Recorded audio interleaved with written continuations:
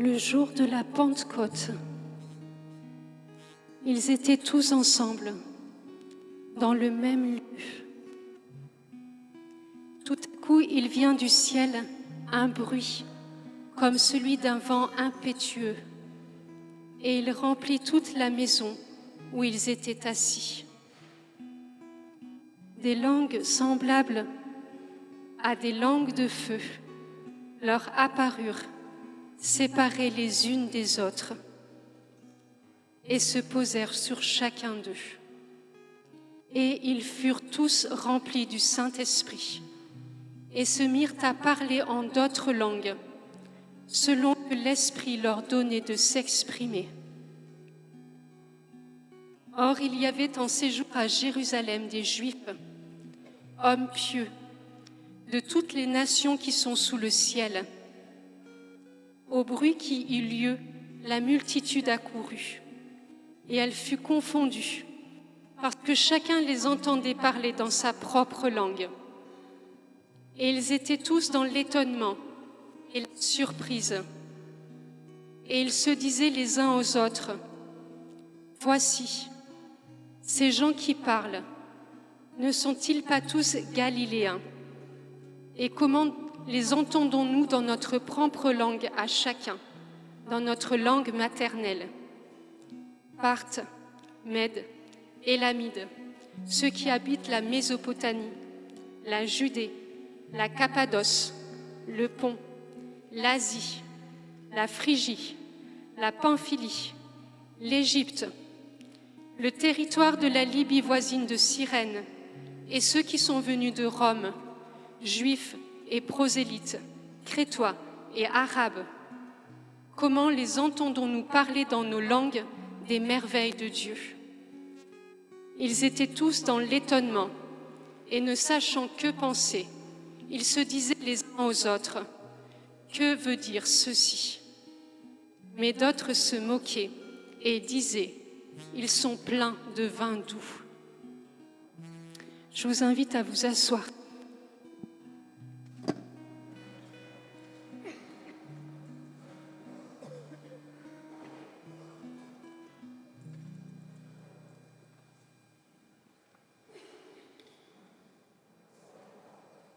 Le texte que je viens de vous lire, pour ceux qui sont croyants, c'est un texte qui est extrêmement connu, c'est le texte de la Pentecôte. On est le week-end de la Pentecôte, tous ceux qui vont aller à la messe demain, on va entendre encore ce texte, on va pouvoir descendre encore plus en profondeur. C'est un texte fondateur pour notre foi, ça fait partie des choses qui se sont passées et qui ont non seulement fondé l'Église, mais qui ont changé la face du monde jusqu'à aujourd'hui. Je ne sais pas vous, mais je vais parler pour moi, c'est déjà pas mal. Moi, je n'ai pas envie qu'un événement qu'il y a eu lieu il y a 2000 ans n'ait aucun impact aujourd'hui dans ma vie. Je ne veux pas simplement célébrer une commémoration de quelque chose que des disciples réunis dans la chambre haute ont vécu si ça n'a pas d'intérêt pour ma vie aujourd'hui. Donc je ne sais pas vous, mais en tout cas pour ma vie c'est ça. Et je crois que l'événement de Pentecôte qui a eu lieu dans la chambre haute est encore d'actualité. Sinon, il y a quelque chose qui ne va pas. On ne peut pas commémorer la venue du Saint-Esprit si aujourd'hui le Saint-Esprit n'est pas là. Le Saint-Esprit n'est pas descendu à un moment T à la Pentecôte puis il est remonté. Sinon, on serait orphelin. Et Jésus nous a rappelé que justement, s'il partait, c'était pour nous envoyer ce que le Père avait promis, on en a déjà parlé ce matin, pour ne pas nous laisser orphelins. Le Saint-Esprit est la promesse du Père pour ne pas nous laisser seuls tous les jours de notre vie. Et donc, Pentecôte, même si nous le fêtons de manière spécifique une fois par an et on se réjouit de cette fête de Pentecôte et tout ce que ça nous apporte, et on se réjouit de remettre le Saint-Esprit à l'honneur. Pentecôte, c'est tous les jours de ma vie. On a entendu cet après-midi, pour ceux qui étaient là, les témoignages des jeunes. Il y a eu Ève-Marie, Larry, David, Madeleine. Chacun nous a parlé de l'expérience concrète aujourd'hui, encore dans ma vie, j'ai besoin que le Saint-Esprit devienne concret, devienne réel dans ma vie pour que je puisse continuer à être chrétien. J'ai besoin que le Saint-Esprit soit une personne, comme je vous l'ai dit ce matin. Le Saint-Esprit est Dieu et le Saint-Esprit est une personne. Et j'ai besoin de faire l'expérience de cette personne. Et on voit en fait que les disciples, les apôtres, ils ont vécu des choses absolument extraordinaires avec Jésus. Et c'est absolument fabuleux. Il n'y a personne d'entre vous, ni vous ni moi, on va vivre les mêmes choses qu'ils ont vécues. Ils ont vu Jésus de leurs yeux, ils ont vu les miracles, ils ont entendu ses enseignements. Ils ont mangé la pêche miraculeuse. Et pourtant, il fallait que Jésus parte. Ce qui veut dire que nous sommes au même niveau que tous ceux qui sont arrivés après.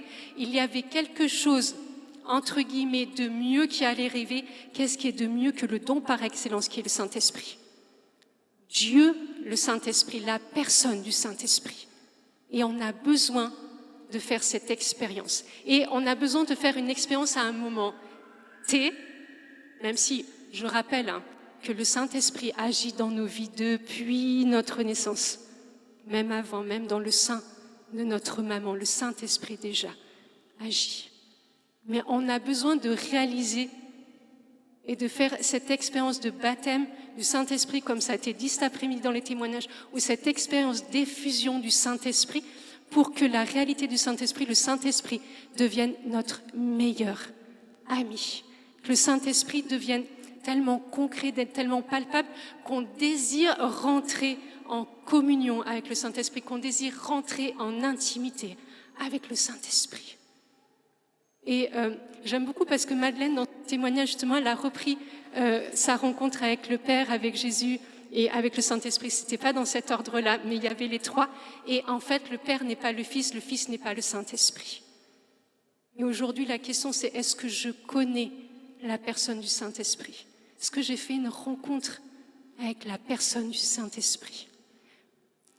On était plusieurs à avoir fait une expérience de Dieu à 16 ans. Moi, je trouve que c'est génial de faire une expérience de Dieu quand on est jeune, quand on est ado. Franchement, c'est absolument incroyable. Ça ne veut pas dire qu'il y a pas, c'est pas bien à tous les âges de la vie, mais ça évite tellement de choses après, quoi. Et moi, à 13 ans, j'ai décidé que je voulais plus de Dieu dans ma vie. J'ai pas le temps de vous donner des détails, mais en tout cas, à 13 ans, moi, j'ai dit Dieu, j'en veux plus. Et à 16 ans, j'ai fait une première expérience avec Jésus, un truc absolument incroyable. Jésus est venu pour moi, il est venu me sauver. Ça a changé ma vie. Réaliser que le salut est personnel et que Dieu est venu pour moi. J'ai fait une deuxième expérience, cette expérience de la paternité de Dieu, savoir que j'étais la chouchoute, savoir que j'étais vraiment la fille bien-aimée de Dieu. C'est absolument incroyable. Mais j'ai fait une troisième expérience. Et j'habitais à Paray-le-Monial à l'époque et en fait, on est parti un dimanche au culte. Vous allez vous retrouver dans les témoignages de cet après-midi, mais je vais au culte et je vois des personnes qui sont dans une telle liberté. Et ils louent et ils parlent du Saint-Esprit comme si vraiment c'était leur meilleur ami, comme s'ils vivaient avec eux. Et en fait, ils rentraient, ils parlaient, ils se fichaient du regard des autres. Chacun vivait sa meilleure vie avec le Saint-Esprit. Moi, j'étais au fond et je me suis dit, ils sont tous juste complètement tarés. Mais ils sont fous, quoi. Enfin, je me disais, il y a quelque chose qui est illogique. Et oui, la vie avec Dieu et la vie avec le Saint-Esprit est illogique. Heureusement que notre logique n'est pas celle de Dieu. Heureusement pour nous. Et en même temps, vous savez, quand j'ai vu la manière dont il priait, la manière dont il parlait du Saint-Esprit, cette communion et cette intimité qu'il avait avec le Saint-Esprit, j'étais jalouse. Et je suis rentrée avec cette jalousie dans mon cœur. Et je me dis, mais il y a un truc qui ne va pas. Et je suis rentrée dans ma chambre et je me suis mis à genoux et j'ai prié. J'ai dit, Saint-Esprit, si vraiment tu existes, si, ce que j'ai vu et ce que j'ai entendu dans cette église, c'est vrai, alors je veux vivre la même chose. Ça a été instantané. Un feu s'est allumé dans mon cœur. On a prié cet après-midi pour la foi, pour l'audace, pour le feu. Il y a un feu qui s'est allumé dans mon cœur.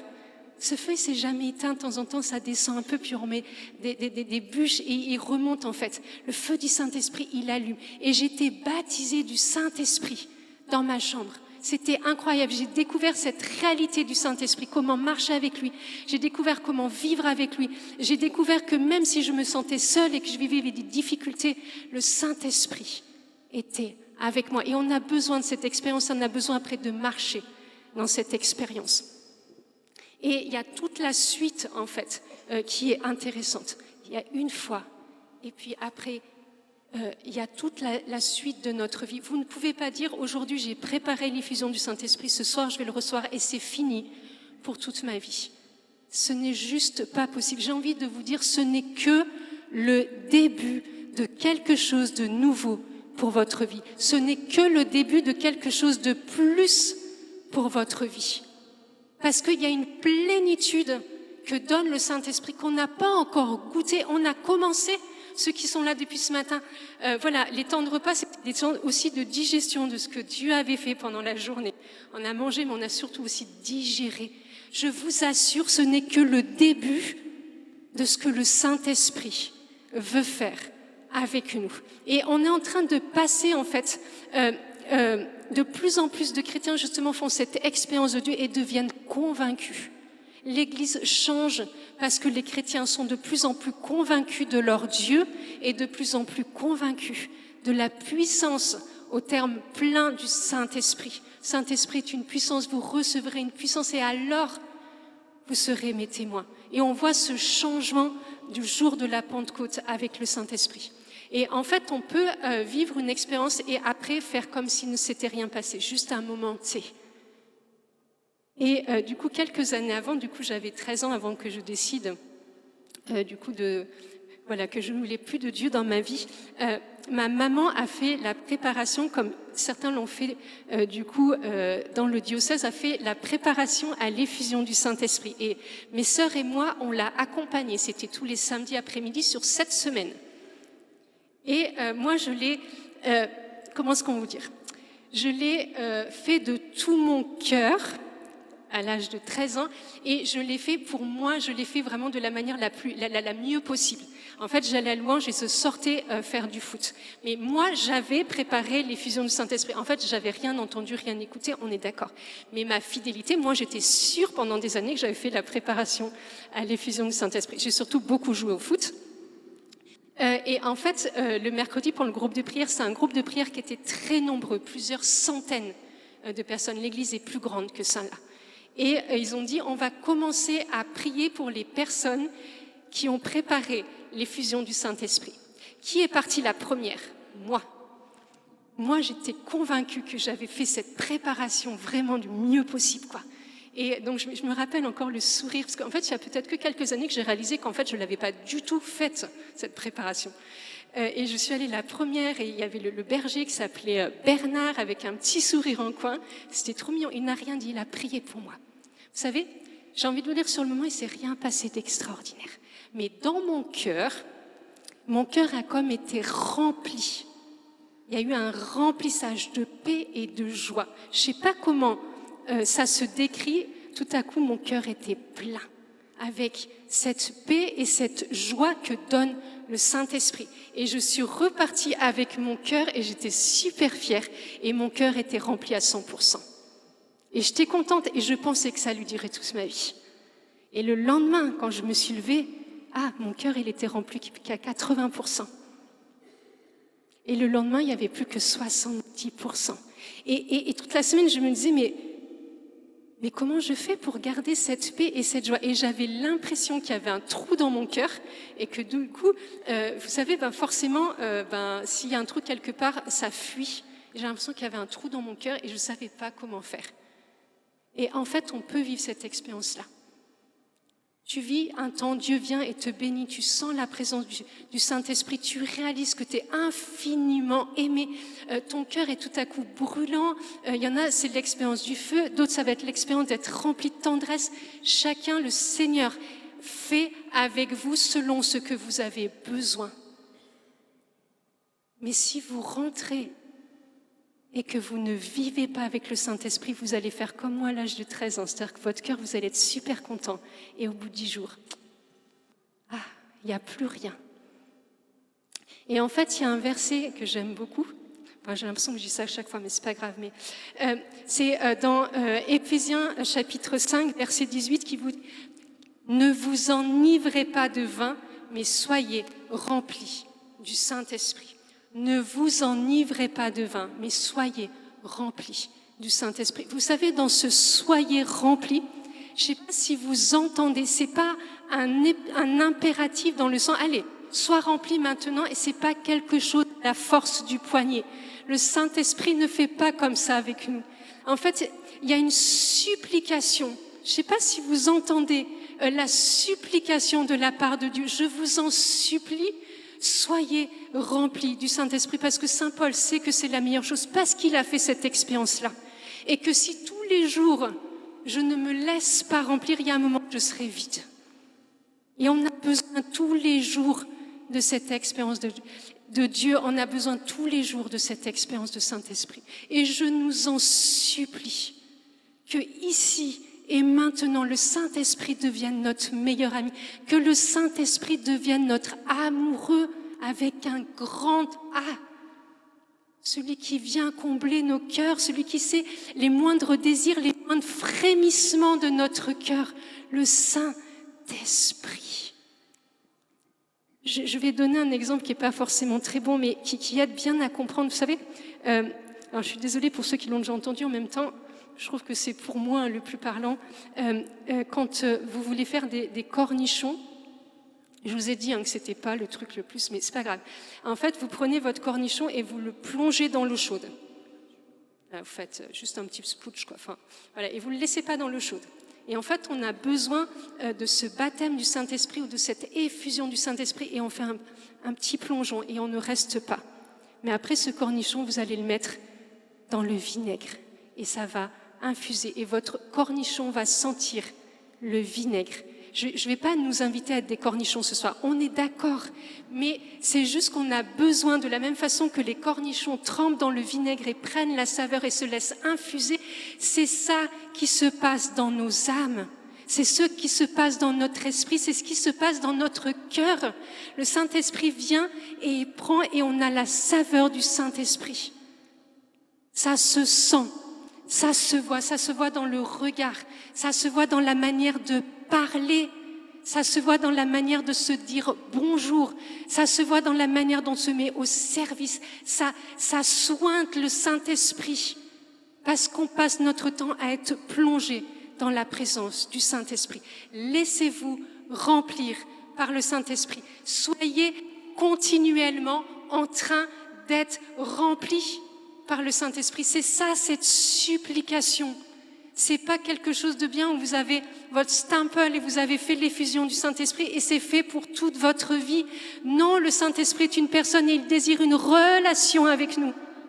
Il désire notre cœur, il désire notre âme, il désire notre vie. Laissons-nous remplir par le Saint-Esprit. Et vous savez, des fois je suis tellement blessée, je ne sais pas quel est le terme adéquat, quand je vois des chrétiens qui vivent des épreuves tellement difficiles. Il y en a qui, je vous assure, il y en a qui traversent des épreuves tellement douloureuses.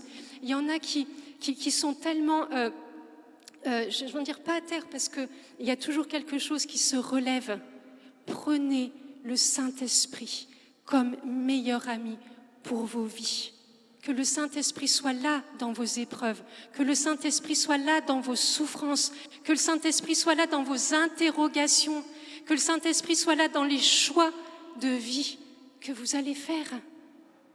Que le Saint-Esprit soit votre associé, votre partenaire.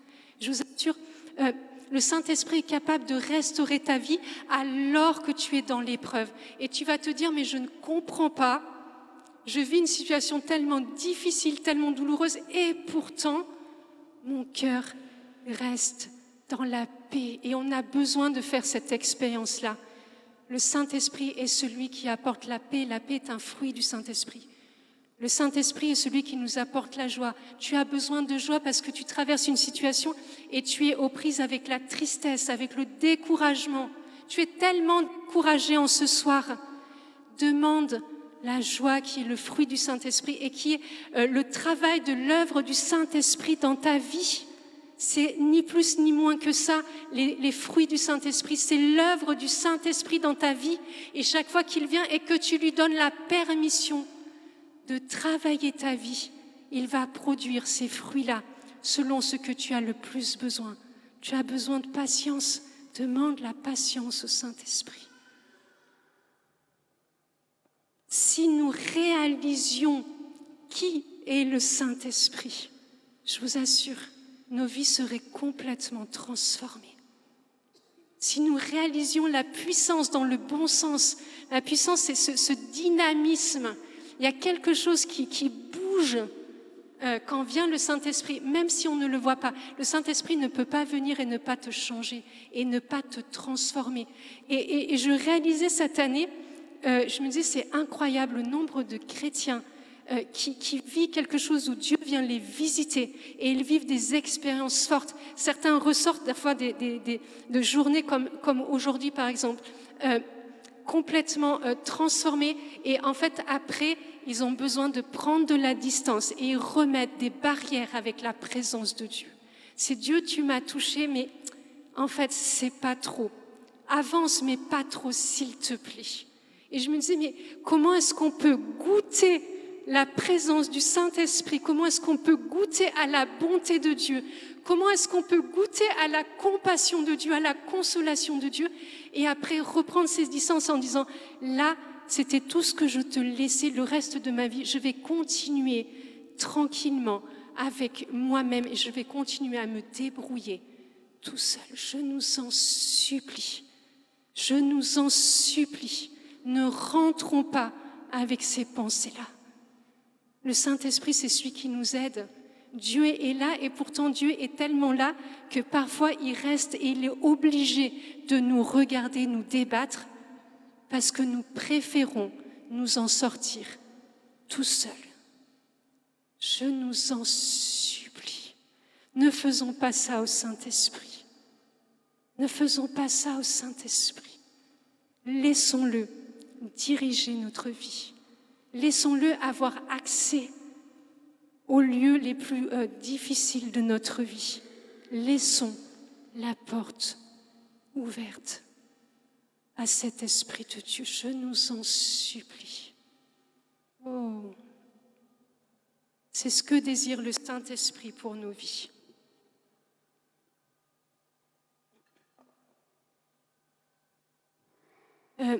On a lu, le texte que je vous ai lu, c'est le texte de Pentecôte. En fait, il y a quelque chose de très intéressant dans la Bible et parfois on l'occulte très souvent. Et ça peut parler à nos vies. Dès qu'il y a eu la première difficulté, dès qu'il y a eu le premier souci, vous savez, des fois on pense que quand on reçoit le Saint-Esprit, ça aplanit et tout se passe bien. Non, ce n'est pas la réalité de la vie spirituelle. Et en fait, tout de suite, les apôtres, les disciples se trouvent en difficulté. Et ce que j'aime, et vous êtes dans les Actes des Apôtres au chapitre 4, dès que se trouve le début de la persécution, dès qu'ils ont un problème, qu'est-ce qu'ils font? Ils se réunissent. Et vous savez, je vais vous lire en fait ce passage-là, mais moi, je nous imagine à leur place. Je vous assure que la prière qu'on va faire, c'est pas celle-là. Je vais vous faire un similis que nous, on aurait dans notre vie. Ça serait, non mais Seigneur, avec tout ce qu'on a fait, on a passé 10 jours dans la chambre haute, on a reçu le Saint-Esprit, on a vu des choses, il y a eu quand même 3000 conversions. Là, on a les premières embûches quand même. Seigneur, s'il te plaît, fais quelque chose. Enfin, c'est pas normal, c'est pas logique. Et on va se plaindre et on va négocier avec le Seigneur. Et c'est injuste, Seigneur, ce que tu nous fais vivre. Et les disciples nous apprennent quelque chose d'important au sein des épreuves. C'est pas leur réaction. Première difficulté, qui n'est pas une petite difficulté, qui est une grosse difficulté, ils se réunissent et ils prient. Pour de vrai, ils prient réellement. Je vais vous lire leurs prières. Ça n'a rien à voir avec nous quand on se lamente, parce que tout à coup, on a l'impression que Dieu nous a laissé tomber, Dieu nous a abandonnés. Même des fois, on a l'impression que ce qu'on vit, et parfois c'est une vraie réalité, c'est tellement dur qu'on ne va pas pouvoir le supporter. Pourtant, Dieu va être toujours là et il n'y a rien, en fait, je sais que ça va être très dur à entendre pour certaines personnes, il n'y a rien de ce que tu vis où Dieu n'est pas étranger à tout ce que tu vis. Et ça veut dire pas d'épreuve où Dieu n'est pas là. Dieu ne peut pas t'abandonner dans l'épreuve. Le Saint-Esprit ne peut pas t'abandonner dans l'épreuve. C'est contraire à sa nature, il est là, sauf que parfois nous refusons la présence de Dieu au sein même de nos épreuves et du coup nos épreuves deviennent d'autant plus douloureuses. D'autant plus douloureuses. Je vous le lis.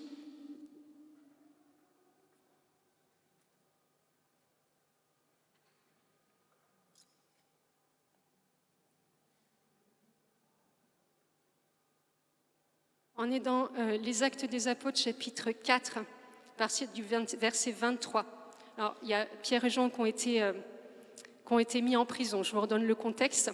Après avoir été relâchés, ils allèrent vers les leurs et racontèrent tout ce que les principaux sacrificateurs et les anciens leur avaient dit. Lorsqu'ils l'eurent entendu, ils élevèrent à Dieu la voix tous ensemble. Combien on a besoin de se retrouver entre frères et sœurs pour élever notre voix ensemble quand il y a des obstacles, quand il y a de l'adversité. Et dire, Seigneur, toi qui as fait le ciel, la terre, la mer et tout ce qui s'y trouve, c'est toi qui as dit par le Saint-Esprit, par la bouche de notre Père, ton serviteur David. Pourquoi ce tumulte parmi les nations et ces vaines pensées parmi les peuples? Les rois de la terre se sont soulevés et les princes se sont ligués contre le Seigneur et contre son oint. En effet, contre ton saint serviteur Jésus que tu as oint, Hérode et Ponce Pilate se sont ligués dans cette ville avec les nations et avec les peuples d'Israël pour faire tout ce que ta main et ton conseil avaient arrêté d'avance. Écoutez la suite. Et maintenant, Seigneur, vois leurs menaces et donne à tes serviteurs d'annoncer ta parole avec une pleine assurance, en étendant ta main pour qu'il se fasse des guérisons, des miracles et des prodiges par le nom de ton saint serviteur Jésus. Et écoutez la suite, c'est la suite qui est vraiment intéressante. Quand ils eurent prié, le lieu où ils étaient assemblés trembla. Ils furent tous remplis du Saint-Esprit et ils annonçaient la parole avec assurance. Première difficulté, qu'est-ce qui se passe? On se réunit et on demande à Dieu de venir nous visiter et de venir nous affermir. C'est pas si longtemps après la Pentecôte. Et c'est là qu'on réalise qu'on a tellement besoin du Saint-Esprit. C'est pas seulement une fois dans notre vie. C'est pas seulement une fois dans notre vie. C'est pas seulement une fois dans l'année à Pentecôte. C'est tous les jours de notre vie où on a besoin de la présence du Saint-Esprit, où on a besoin d'être réassuré, où on a besoin d'être réaffirmé, où on a besoin de ressentir justement tout ce dont on a besoin pour traverser ces épreuves.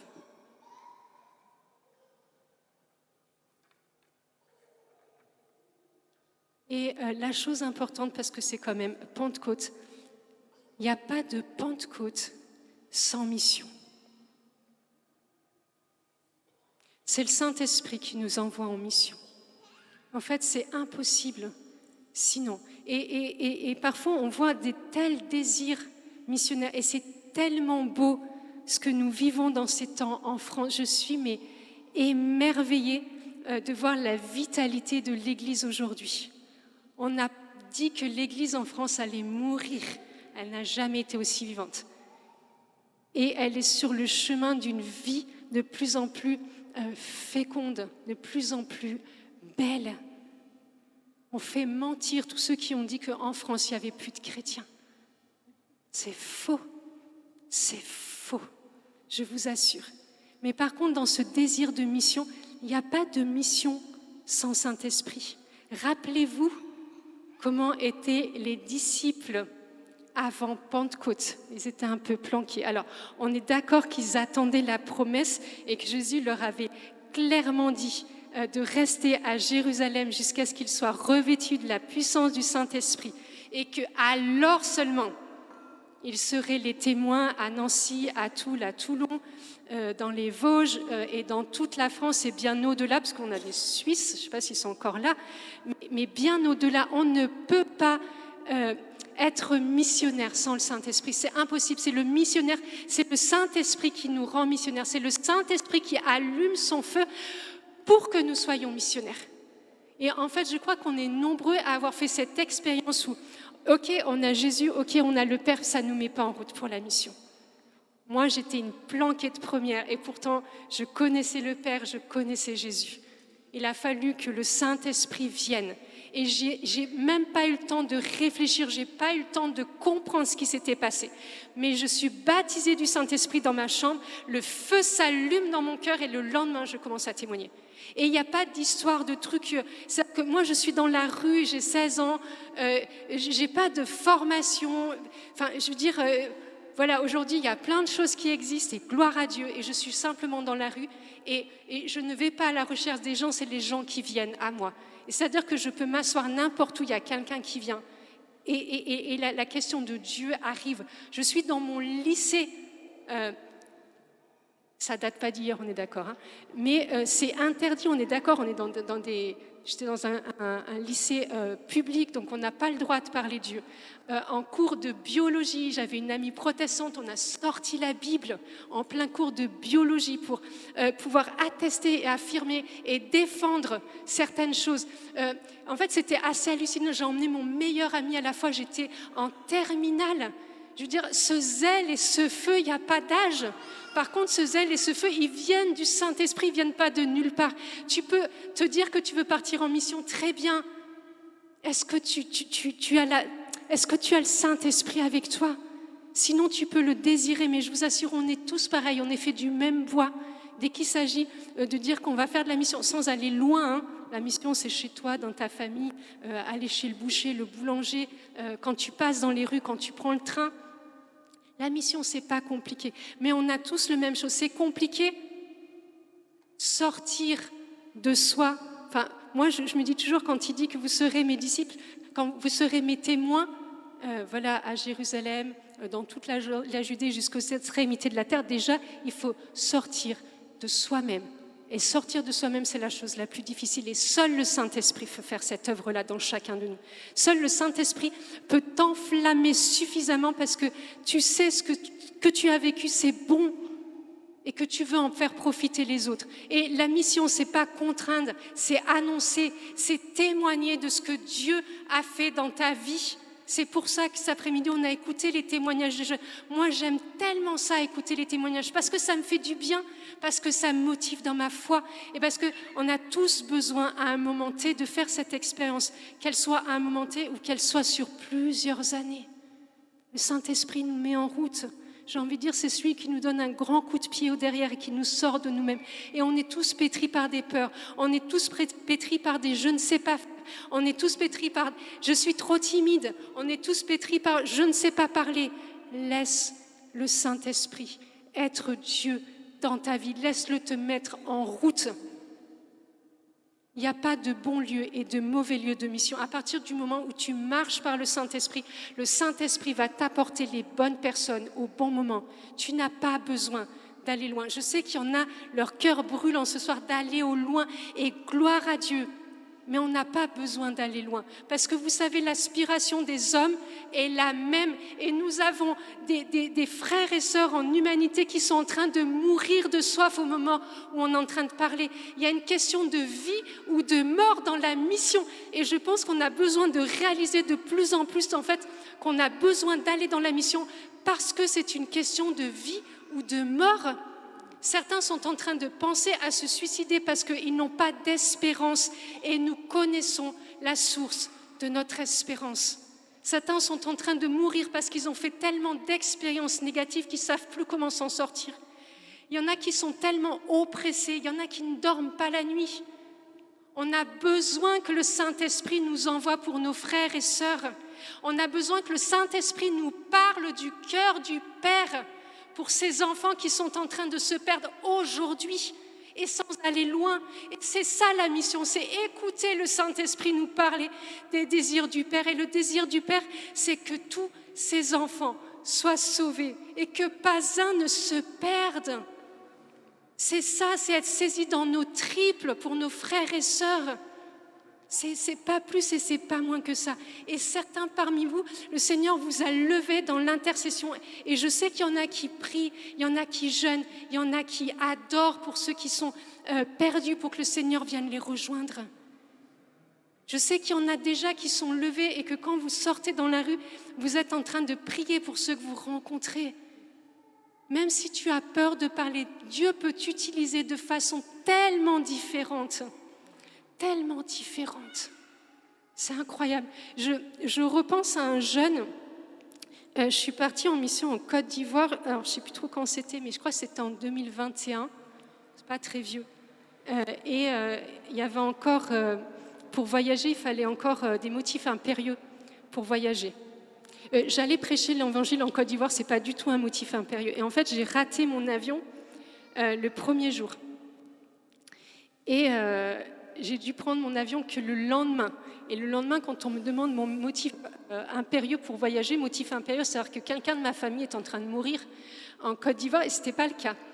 Et j'avais cette certitude au fond de moi que j'allais prendre mon avion, que je ne savais pas comment. Et j'ai donné ma lettre d'invitation, comme quoi j'allais juste prêcher l'évangile en Côte d'Ivoire. Vous savez quoi? Je suis passée, j'ai découvert que prêcher l'évangile, c'était un motif impérieux. Donc je suis passée. Et il s'est trouvé...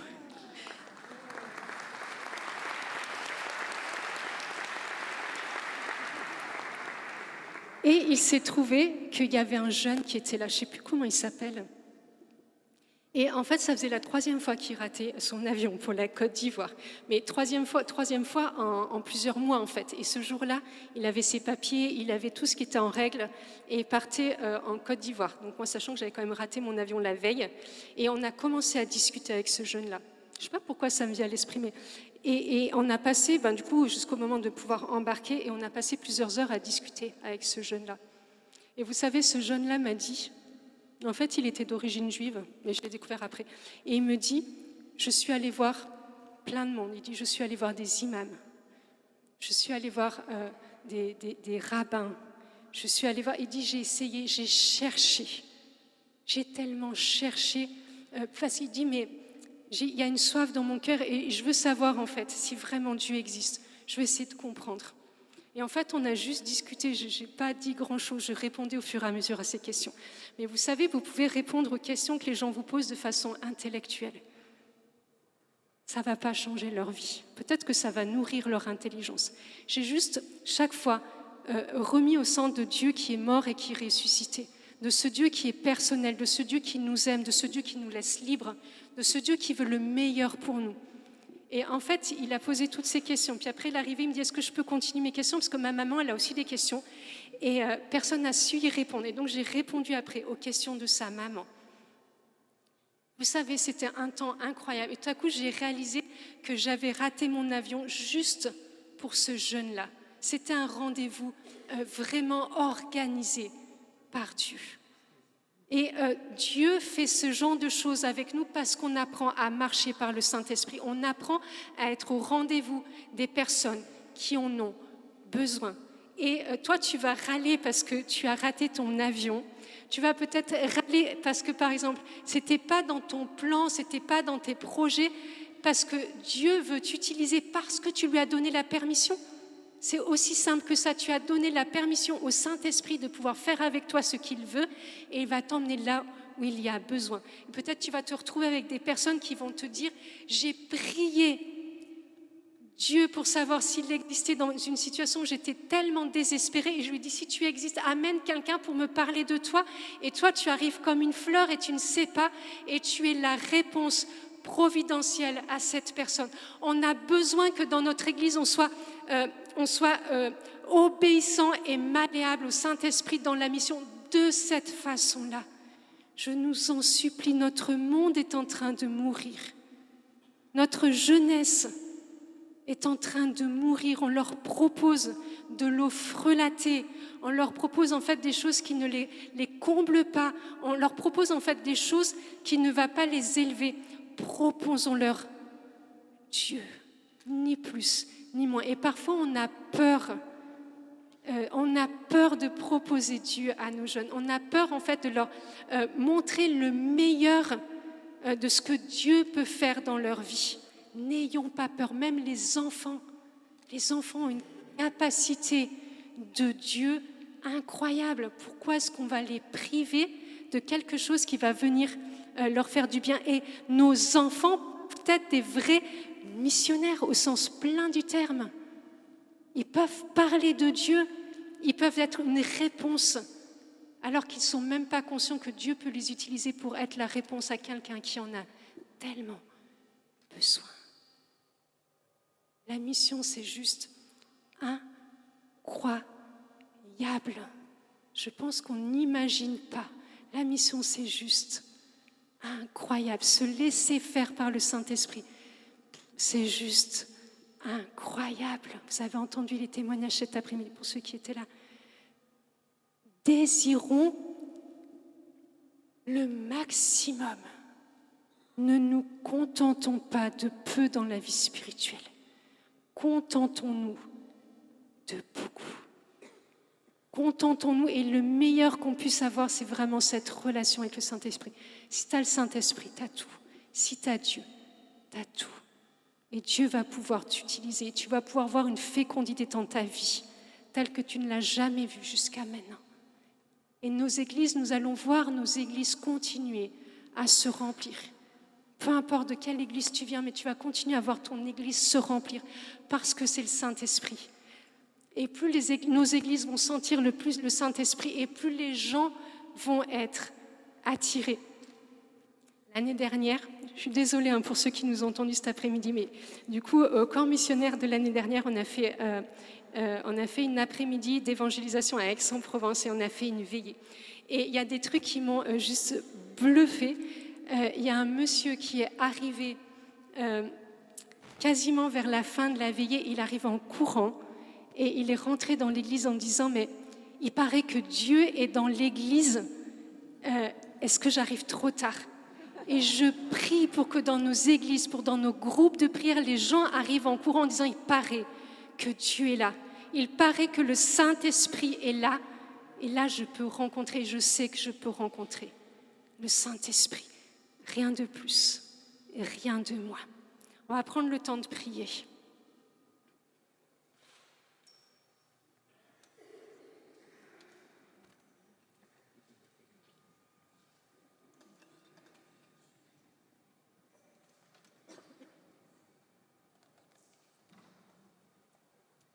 Je vais nous inviter à nous lever.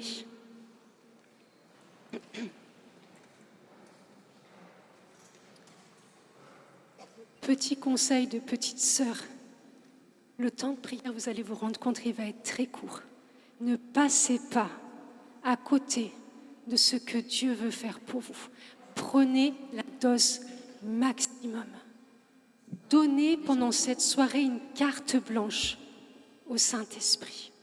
Donnez-lui carte blanche. C'est pareil, je vais vous inviter, on prendra après le temps tranquillement, mais je vais déjà nous inviter. Vous allez m'entendre, et je sais que je me répète beaucoup depuis ce matin, mais fermons les yeux. Ne nous préoccupons, c'est le seul moment où on a le droit d'être égoïste. Ne nous préoccupons pas de ce que vivent nos voisins. Soyez en cœur à cœur avec Dieu. Soyez en intimité avec cœur. Soyez avec votre amoureux, l'amoureux de votre âme.